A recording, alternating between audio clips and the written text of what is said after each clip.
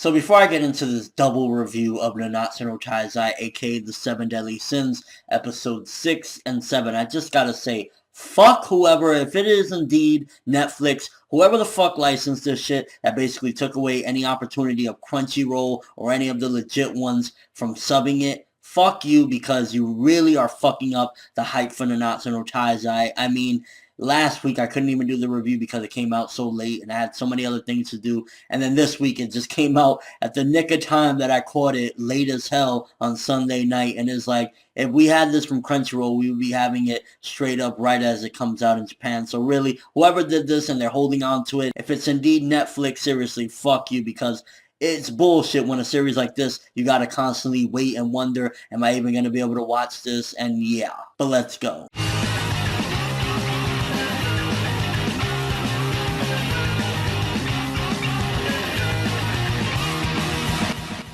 So episode 6 of Nanatsu no Taizai was a lot of reunion in it and a little bit more of Diane versus Meliodas, showing that Diane is a beast, but it also served a little bit to show development, not only on Diane's part as a character, but also her relationship with Elizabeth, kind of appreciating her a little bit more. I definitely feel as though that's one of the things that it did, but it's also giving characterization. I felt while marathoning these two episodes back to back, I think it kind of gave me a little bit more, I could understand the context of where it was going, like just seeing a little bit more of Bond and hearing a little bit more of what he had to say. If you look closely between episode 6 and 7, you get to see that he is filled with regret, he's filled with remorse, and he feels as though he needed to be punished, because when he's basically like, oh, I let them capture me, I needed to feel pain, it gotta make you wonder, what would make somebody want to feel this pain? And then you go into episode 7 and you're like, there's something with this guy, there's something really bad that happened to him, or something that he just regrets so badly that he almost feels like he deserved nothing but just horrible torture, that he would go through all that. So definitely getting a lot more into the depths of this character, as well as, again, Diane's relationship with Elizabeth kind of morphing a little bit throughout the episode, and that's what I feel as though episode 6 served the best. And it also gave a little bit more validity to Elizabeth's existence, for that matter, when she ripped off the bell and got her ass kicked, but still wanted to help out in any way possible, and ultimately helped for Diane and Meliodas to get out of that spell by taking off the bell. So it showed she has guts, and she does have some value. She's going to go the distance, even if she can't, fight the big guns and go out there and be on the offense. At the very least, she can try to do anything she can to help them out. So she showed her worth as well. One of the things that I felt was BS, and until it gets explained in the actual anime, it is going to remain BS, is the doctor magically getting healed up. Now, there could be some big explanation. I'm not going to say either way, whether there is or there isn't, but ultimately, as it stands right now, it's just horseshit that he got revived up like that. It's like, yeah, that's one of the things about the episode. It's kind of like, especially him being kind of irrelevant. I doubt he's ever really going to come back into the series and play a major role. This shitty doctor, this asshole that tried to poison them to begin with, which, by the way, I wouldn't have eaten his food if he offered it to me after he just tried to fucking poison me. But the fact that he survived out of that, he should have just died. There was really no reason. Like, they rescued his daughter and then magically he's healed up. And again, it seems like there could be something with it because Meliodas healed up miraculously as well. But as of right now, it's just kind of like, really, he should have just fucking died. There was no point of bringing that piece of shit back to begin with. I understand he was doing it for his daughter, but still. And then the reunion celebration with Meliodas and Bond just showed how fucking strong they are, that they tore down the castle and broke the barrier and had them dip Jericho and all of them, because they were just like knocking each other around. And it kind of really builds up as well the power levels that these guys have. If they can just like, hey Captain, I miss you, and knock each other through walls and shit, and then tear down a whole castle while Diane is just loving it and admiring, Meliodas or whatever. So overall, the episode, it was a fine episode to good, maybe 6.5 to a 7, getting the reunion, getting a little bit more advancement, and getting a little bit more context to Bond's character. And then at the end, we did get that little cliffhanger with King. So it was overall, I'd give it a 7. I say it was a good episode for the most part. The following episode, though, I love this episode. It was hinting towards something very dark with, again, my favorite character, Bond. Like, I feel as though episode 7 is making me want an entire OVA on some of those events that we were seeing flashbacks of, because that is hands down still to this day my favorite content in all of the 7 Deadly Sins of Nanatsu no Taizai. Like, the shit with Bond's past is why I love Bond, and it's just really strong stuff. It's definitely hinting something, again, about the regrets, what I was talking about earlier in this video. He has a lot of regrets, and if you've seen in one of the flashes, you see a very brief, moment or whatever, the little girl that he's with, or not little girl, but, the blonde chick that he's with, basically kind of dead there or whatever.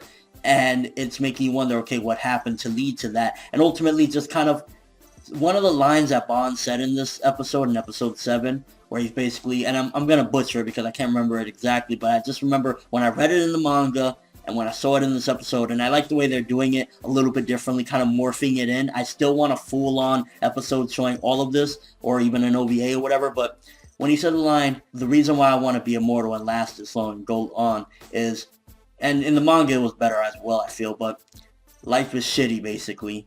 But if I stay around long enough, maybe I'll see something cool. And to me, that is just one of the most powerful things in this series, this character, and it just shows the level of depth to this character. Like, I honestly, this is the part of the series that made me fall in love with this series and made me really enjoy it to the next level and get hooked on it. Like, that's how good this stuff is. And again, I really, really hope they showcase it, the full thing of it, because it just really is some strong stuff. And then King's introduction. I definitely feel as though I got even more hype in the anime than I did in the manga, with King showing up, stabbing straight through Bond, him going at it with him, and it was just like, holy fucking shit, things is real. And they did that scene so much justice, him with the spear right through Bond and him laying on it, like, oh yeah, like, they did that scene so much justice. And in all honesty, episode 7 of Nanatsu no Taizai, the heavy hinting and foreshadowing into Bond's character, the advancement into going to the world of the dead, and King showing up, and finding out a little bit more about him. A lot of great things going on with this week's episode. So episode 7, hell of a lot better than episode 6. I would honestly say anywhere from 8 to 8.5 for this week's episode. The art looked beautiful. Well, the art always pretty much looked beautiful thus far with Nanatsu no Taizai. Likewise with the animation, it pretty much is consistently very good. But just this episode, the feels and the foreshadowing into Bond's character and kind of having the context prior to this as well is what makes it a lot stronger, because in episode 6, little small events, finding out that the reason why he got captured was he wanted to feel pain. He felt like he deserved it. And then this episode kind of starts, clicking things together. And when they went to the world of the dead, it kind of confirms, okay, he saw that little girl, the blonde chick.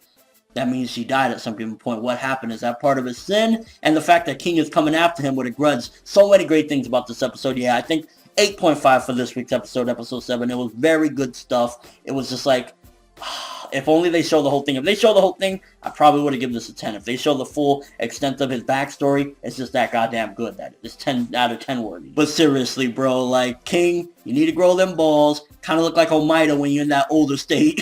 Omaida from Bleach. But you need to grow them balls and just go after that giant twat. Because, I mean, that giant twat is looking good. You need to go for it. And then at the end of the episode, I forgot, they introduced one of my favorite female characters of Nanatsu no Taizai as well. They didn't say her name, but she shows up. She's with the black hair with the closed eyes. So some awesome stuff as well. And overall, some very good progression. Great development, in all honesty, these 2 episodes. First episode was a lot weaker than the second episode, but episode 7 just, this is why I love Bond, and you'll continue to see it as they keep on progressing and showing, but, oh man. But let me know what you thought of these 2 episodes. What do you think about episode 6? What do you think? Do you think it was BS about the Doctor surviving? And what do you think about episode 7 about Bond's past that we got thus far, what it's been showing little inklings of it, his regrets, some of the things about him, and again, that line about, just living long enough to see something cool. It was just so fucking strong. And again, why Bond is so fucking awesome. And what do you think about King's introduction? Again, a lot of good things with that episode. Very good stuff. And your overall thoughts, but that's all I have for this review. Thanks for watching. Hope you enjoyed it. If you liked anything I had to say, or you enjoyed the video, drop me a like. I'd greatly appreciate it. And if you haven't subscribed, if you do so as well,